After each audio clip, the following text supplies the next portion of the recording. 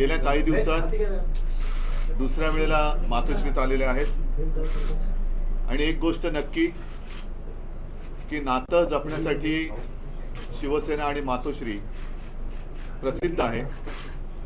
काही लोक केवळ राजकारण करतात, पण आम्ही मात्र राजकारणाच्या पलीकडे जाऊन नातं जपत असतो. अरविंद जी, आप आए हो, मैं यही कह रहा था कि पिछले कुछ दिनों में आप लगातार दूसरी बार आए हो. हम तो रिश्ता मानने वाले और रिश्ते संभालने वाले लोग हैं. ठीक है, राजनीति अपनी और अपनी जगह पर है. स्वाभाविक है, आने वाला वर्ष निवडणूक का, इलेक्शन का या चुनाव का वर्ष है. इस बार अगर ट्रेन छूट गई तो हमारे देश से प्रजातंत्र गायब हो जाएगा. और प्रजातंत्र को कायम बचाने के लिए मैं सिर्फ विपक्ष, ये शब्द जो है वो थोड़ा सा गोलमाल शब्द है. विपक्ष मतलब किसका विपक्ष, किसका विरोधी? हम तो सारे देश प्रेमी हैं और देश से जो प्रजातंत्र हटाना चाहते हैं वो प्रजातंत्र के लिए और देश के लिए मैं मानता हूँ आज से उनको विपक्ष या विरोधी बोलना चाहिए. लोकतंत्र विरोधी, लोकतंत्र विरोधी लोगों का मुकाबला करने के लिए और देश को बचाने के लिए हम एक साथ आए हैं, संविधान को बचाने के लिए आए हैं.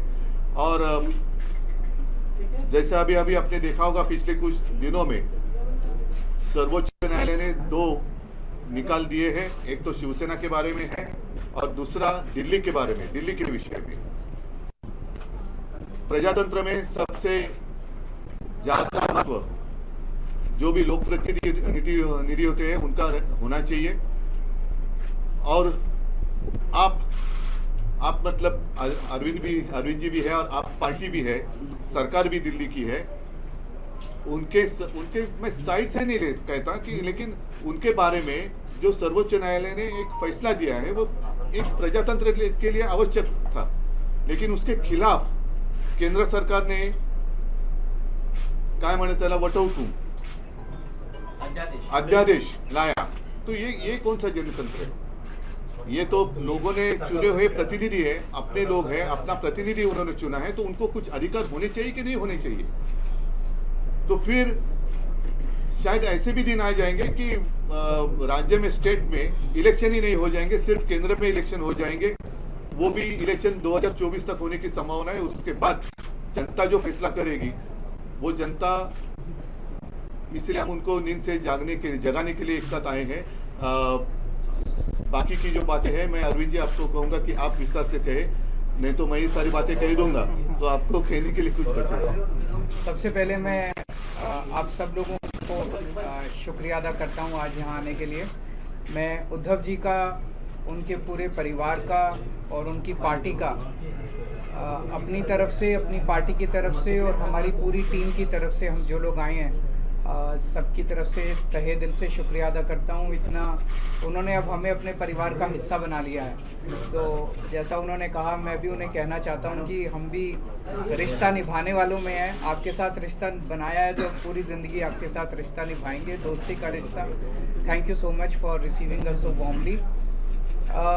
जैसा आप सब लोग जानते हैं कि दिल्ली के लोगों ने बहुत लंबी लड़ाई लड़ी अपने अधिकारों के लिए. जैसे ही दिल्ली में हमारी सरकार बनी 2015 में, हमारी सरकार बनते ही मोदी सरकार ने हमारी सारी शक्तियां छीन ली एक छोटा सा नोटिफिकेशन पारित करके. फरवरी 2015 में सरकार बनी और मई के अंदर 3 महीने में नोटिफिकेशन जारी करके हमारी सारी शक्तियां छीन ली. 8 साल दिल्ली के लोगों ने लड़ाई लड़ी सुप्रीम कोर्ट के अंदर. 8 साल लड़ाई लड़ने के बाद सुप्रीम कोर्ट ने हमारे पक्ष में फैसला दिया. जिस दिन फैसला आया 8 साल की लड़ाई के बाद, उसके 8 दिन के अंदर केंद्र सरकार ने अध्यादेश जारी करके वो सारी शक्तियां वापस छीन ली. तो जनतंत्र के अंदर जनता की चलनी चाहिए कि गवर्नर की चलनी चाहिए, जनता की चलनी चाहिए कि केंद्र की चलनी चाहिए? जनतंत्र में तो चुनी हुई सरकार के पास पावर होनी चाहिए ताकि जनता के, जो जनता मांगे वो काम कर सके. जनता के प्रति जवाब दे तो चुनी हुई सरकार होती है. लेकिन उन्होंने सारी शक्तियां छीन ली. इसका मतलब ये साफ साफ ये लोग ये बोल रहे हैं कि हम सुप्रीम कोर्ट को नहीं मानते. पिछले जिस तरह का इनका रवैया इन लोगों का, हमने पिछले कुछ महीनों में ये भी देखा कैसे इन लोगों ने, इनके मंत्रियों ने, इनके नेताओं ने सुप्रीम कोर्ट के दूसरे जजों को किस तरह से ये लोग गाली देते हैं, गंदी गंदी गालियां देते हैं, जिस तरह से इनके लोग जजों के खिलाफ और जुडिशरी के खिलाफ सोशल मीडिया पे कैंपेन चलाते हैं, इनके लोग जजेस को, रिटायर्ड जजेस को एंटी नेशनल बोलते हैं, तो इनका जुडिशरी पे इनका कोई वो नहीं है। अब इन्होंने एक मैसेज दे दिया कि सुप्रीम कोर्ट जो मर्जी फैसला दे, हम नहीं मानते, हम ऑर्डिनेंस ला के सुप्रीम कोर्ट के फैसले पलट देंगे। ऐसे हमारा कैसे चलेगा? ऐसे तो हमारा देश नहीं चल सकता। और ये जनतंत्र सुप्रीम कोर्ट को भी नहीं मानते और ये जनतंत्र को भी नहीं मानते। शिवसेना तो सबसे ज़्यादा भुक्तभोगी है। किस तरह से भारी बहुमत से चुनी हुई, जनता द्वारा चुनी हुई सरकार को इन्होंने गलत तरीके से सीबीआई से, ईडी से, पैसे से इनके एमएलए को तोड़ के इनकी सरकार गिरा दी। तो अब इनके 3 तरीके हैं बीजेपी के। 3 तरीकों से अगर कोई बीजेपी की सरकार नहीं बनाएगा, किसी राज्य में नहीं बनेगी, तो या तो वो एमएलए खरीद के उसकी सरकार गिरा देंगे, या एमएलए सीबीआई और ईडी का डर दिखा के एमएलए तोड़ के उनकी सरकार गिरा देंगे, और या फिर ऑर्डिनेंस ला के उनकी सारी शक्तियां छीन लेंगे। दिल्ली में यही हुआ, इन्होंने ऑपरेशन लोटस किया, 2-3 बार ऑपरेशन लोटस किया, हमारे एमएलए खरीदने की, तोड़ने की कोशिश की, हमारा एक भी एमएलए नहीं बिका। जब इन्होंने देखा कि इनकी सरकार टूट नहीं रही, इनकी सरकार गिर नहीं रही, तो अब ये ऑर्डिनेंस ला के इन लोगों ने हमारी सारी शक्तियाँ छीन ली। तो इन लोगों को बहुत ज़्यादा अहंकार हो गया है, और जब किसी आदमी को बहुत अहंकार हो जाता है तो बहुत स्वार्थी हो जाता है वो आदमी। ऐसा व्यक्ति देश नहीं चला सकता जो इतने अहंकार और इतने स्वार्थ के अंदर जीता है। वो फिर देश के बारे में नहीं सोचता, वो केवल ये ऑर्डिनेंस क्या है, ये ऑर्डिनेंस ये है कि सुप्रीम कोर्ट की हिम्मत कैसे हो गई हमारे खिलाफ आदेश देने की, हम देखते हैं। तो ये अहंकार का नतीजा है। अहंकार के अंदर जब आदमी आ जाता है तो फिर कुछ नहीं बचता है। तो मैं बहुत बहुत शुक्रिया अदा करता हूँ शिवसेना का, उद्धव जी का, कि उन्होंने दिल्ली के लोगों का आज साथ दिया। ये लड़ाई दिल्ली की नहीं है, ये लड़ाई पूरे देश के अंदर संविधान की है, जनतंत्र की है, फेडरलिज्म की है। जिस तरह से सारी देश के अंदर सरकारों को परेशान किया जा रहा है, सीबीआई और ईडी का डर दिखा के सरकारें तोड़ी जा रही हैं गवर्नर्स के जरिए। आपको जान के ताज्जुब होगा, पंजाब के अंदर इस बार बजट सेशन नहीं बुलाने दिया गवर्नर ने कहा बजट सेशन नहीं होगा। आप सोच सकते हैं, बजट सेशन की अनुमति नहीं दी गवर्नर ने। इनको सुप्रीम कोर्ट जाना पड़ा, सुप्रीम कोर्ट से आदेश लेके आए कि बजट सेशन होगा, तब बजट सेशन हुआ। तो ये तो जनतंत्र ही नहीं बचेगा। फिर चुनाव क्यों कराते हो? फिर तो एक प्रधानमंत्री और 31 गवर्नर बैठ के अपना देश चला लें। फिर कोई मुख्यमंत्री की जरूरत नहीं, कोई कैबिनेट की जरूरत नहीं, कोई काउंसिल ऑफ मिनिस्टर्स की जरूरत नहीं। इसको हम सबको मिलकर लड़ना होगा। ये केवल दिल्ली की लड़ाई नहीं है। और शिवसेना ने हमें प्रॉमिस किया है कि जब ये संसद में बिल आएगा तो संसद में इसके खिलाफ दिल्ली वालों का समर्थन करेंगे। दिल्ली के लोगों की तरफ से मैं बहुत बहुत शुक्रिया अदा करता हूँ उद्धव जी का, शिवसेना का। और ये एक तरह से सेमीफाइनल होगा 2024 का। अगर 2000 राज्यसभा के अंदर ये बिल गिर जाता है तो 2024 के अंदर मोदी सरकार दोबारा नहीं आ रही है। मैं भगवान जी से बहुत धन्यवाद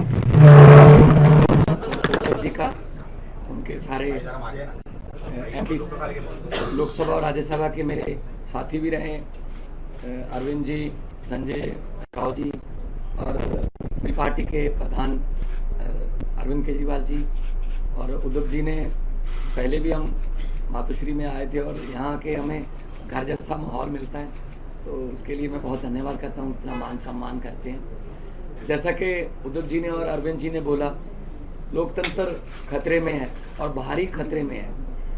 कैसे इलेक्टेड की जगह सिलेक्टेड लोग जो हैं वो जनता को चलाते हैं, वो सरकारें चलाते हैं, जबकि लोकतंत्र का मतलब है इलेक्टेड।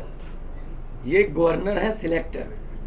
तो एलजी कौन बनाता है? एलजी की कभी एलजी ने कोई जनता से कोई गवर्नर ने किसी जनता से कोई मैंडेट लिया? नहीं लिया। अपनी मर्जी का गवर्नर लगा दिया, तंग करो चुनी हुई सरकार को। अगर सरकार इनकी नहीं बनी, हमें भी बजट सेशन के लिए सुप्रीम कोर्ट आना पड़ा। हमारे तो गवर्नर साहब इस बात से भी मुकर गए थे बजट सेशन में कि मैं माई गवर्नमेंट नहीं कहूँगा। तो हमने कहा जी माई गवर्नमेंट क्यों नहीं कहोगे आप? आपकी गवर्नमेंट, आपके सम्मान किया आपने, तो भाषण जो लिखा है वो तो पढ़ना पड़ेगा आपको, वो तो संविधान में है। इसके लिए भी हमें सुप्रीम कोर्ट से ऑर्डर लेना पड़ा कि आपको माई गवर्नमेंट कहना पड़ेगा, वरना दिस गवर्नमेंट कहने वाले थे। दिस गवर्नमेंट मतलब जो राजभवन है पूरे देश में वो बीजेपी के हेड ऑफिस बन गए हैं, जो गवर्नर हैं वो स्टार कैंपेनर बन गए हैं बीजेपी के। ये लोकतंत्र नहीं है। गुलदस्ते में एक ही तरह के फूल नहीं हो सकते। भारत एक गुलदस्ता है, हर फूल का अपना अपना रंग है, हर फूल की अपनी खुशबू है। तो एक माला की तरह भारत है, हर माला का मन का जो है वो अलग अलग रंग का है। लेकिन ये चाहते हैं हमारा ही हो सब कुछ, हमारा ही हो सब कुछ, हम ही राज करें। जैसा कि अरविंद जी ने बताया, अगर जीत के नहीं आते, इलेक्शन से नहीं आते तो बाई इलेक्शन से आ जाते हैं, अगर बाई इलेक्शन से ना आए तो खरीद लेते हैं। तो देश के लिए लोकतंत्र जो है, जैसा कि अदूब जी ने कहा कि विपक्ष नहीं है हम तो देश को प्यार करने वाले लोग हैं। असल में असली जो विरोधी हैं देश के वो हैं जो देश को चला रहे हैं, जो लोकतंत्र की हत्या कर रहे हैं, जो हर रोज धज्जियां उड़ा रहे हैं लोकतंत्र की। तो दिल्ली की, उसके बाद आपको सुन के ताजुब होगा, 2015 में शक्तियां छीन ली, तब 67 सीट आई थी 70 में से। शक्तियां ना होने के बावजूद भी अरविंद जी ने काम किए अपने दृढ़ इरादों से, क्योंकि उड़ान जो है वो हौसलों से होती है, वो पंखों से नहीं होती। तो शक्तियां छीनने के बाद भी काम किए। 2020 में दोबारा शक्ति दी लोगों ने, 63 सीट्स। अब इनको यही दिक्कत है कि हम लोग अब एमसीडी भी हार गए। अब इनको ये लगता है कि हम धीरे धीरे देश में हारना शुरू कर चुके हैं। तो अभी देश को बचाना है, अगर सभी को इकट्ठे होना पड़ेगा। हाँ, कुछ विचारक मतभेद होंगे कई पार्टियों के देश में, लेकिन देश बचाने के लिए हमें इकट्ठा होना पड़ेगा। अगर देश ही ना बचा तो फिर पार्टियां क्या करेंगी? पार्टियों का प्रधान बन के, मुख्यमंत्री बन के क्या करोगे जब देश ही ना रहा? 24 में अगर ये आ गए, ये संविधान बदल देंगे। और ये जिस तरीके से चल रहे हैं प्रधानमंत्री जी, बिल्कुल आने वाले दिनों में नरेंद्र पुतिन बनने वाले हैं ये। हाँ, ये इलेक्शन ही कराएंगे, ये कहेंगे 35 साल की मैं ही हूँ, बस 40 साल की लिए मैं ही हूँ। तो ये उन राहों पर चल रहे हैं। तो ये बहुत खतरनाक है। देश का लोकतंत्र जो है, देश के शहीदों ने अपना खून का कतरा कतरा, हमारे पुरखों ने कतरा कतरा खून का बहा के ये देश हमको लेके दिया था। ये किसी के बाप की जागीर नहीं है कि ये देश के मालिक बन के बैठ गए। इनकी कोई कुर्बानी, देश को आज़ाद करवाने में इनका कोई योगदान नहीं है, लेकिन जो आज़ादी के परवाने थे उन्होंने देश लेके दिया। और देश को ये किन हाथों में बेच रहे हैं, कैसे हर रोज बैंक बिक रहे हैं, रेल बेच दी, तेल बेच दिया, एयरपोर्ट बेच दिया, सब कुछ बेच दिया। कैसे जो जुडिशरी को तंग किया जा रहा है। तो हम उद्धव जी के पास इसलिए आए हैं कि क्योंकि ये भी पीड़ित हैं उस जो कुल्हाड़ी लेके बैठे हैं ये दिल्ली में, वो सब पे चलती है। तो इसके लिए हम सबको इकट्ठा होके देश को बचाने वाली पीढ़ियां हमसे सवाल पूछेंगी, जब लोकतंत्र खत्म हो रहा था तो आप क्या कर रहे थे? कम से कम हम जवाब देने के लायक रहेंगे कि हम कोशिश कर रहे थे, हम के बाद इनके विरुद्ध इकट्ठे हो रहे थे। हम लोगों को 140 करोड़ लोगों को ये बात मीडिया के जरिए अपने अपने भाषा में समझा रहे थे। तो लोकतंत्र को बचाने के लिए आज हम आए हैं। और मुझे खुशी है कि उद्धव जी ने बहुत ही साथ दिया, और पहले भी बहुत से मुद्दों पर हम लोकसभा में इकट्ठे लड़ते रहे हैं, शिवसेना के जितने भी MP साहबान होते थे। तो मैं इनका बहुत आभार भी व्यक्त करता हूं कि हमें मान सम्मान दिया, और इनको पंजाब आने का न्योता भी देता हूं। आइए दरबार साहब, आइए के वहाँ पे बहुत शांति सुकून वाली जगह, और हम लोग मिलके सब देश को, क्योंकि लंबे सफ़र को मीलों में मत बांटिए, कौम को कबीलों में मत बांटिए, एक बहता दरिया है मेरा भारत देश, इसको नदियों और झीलों में मत बांटिए। हर तरह की खबर सब तो पहला वेखण लई सबसक्राइब करो चैनल कांशी टीवी। हर अपडेट का संकेत मिलता रहे, दबाओ बैल आइकन अते लाइक करो फेसबुक पेज कांशी टीवी।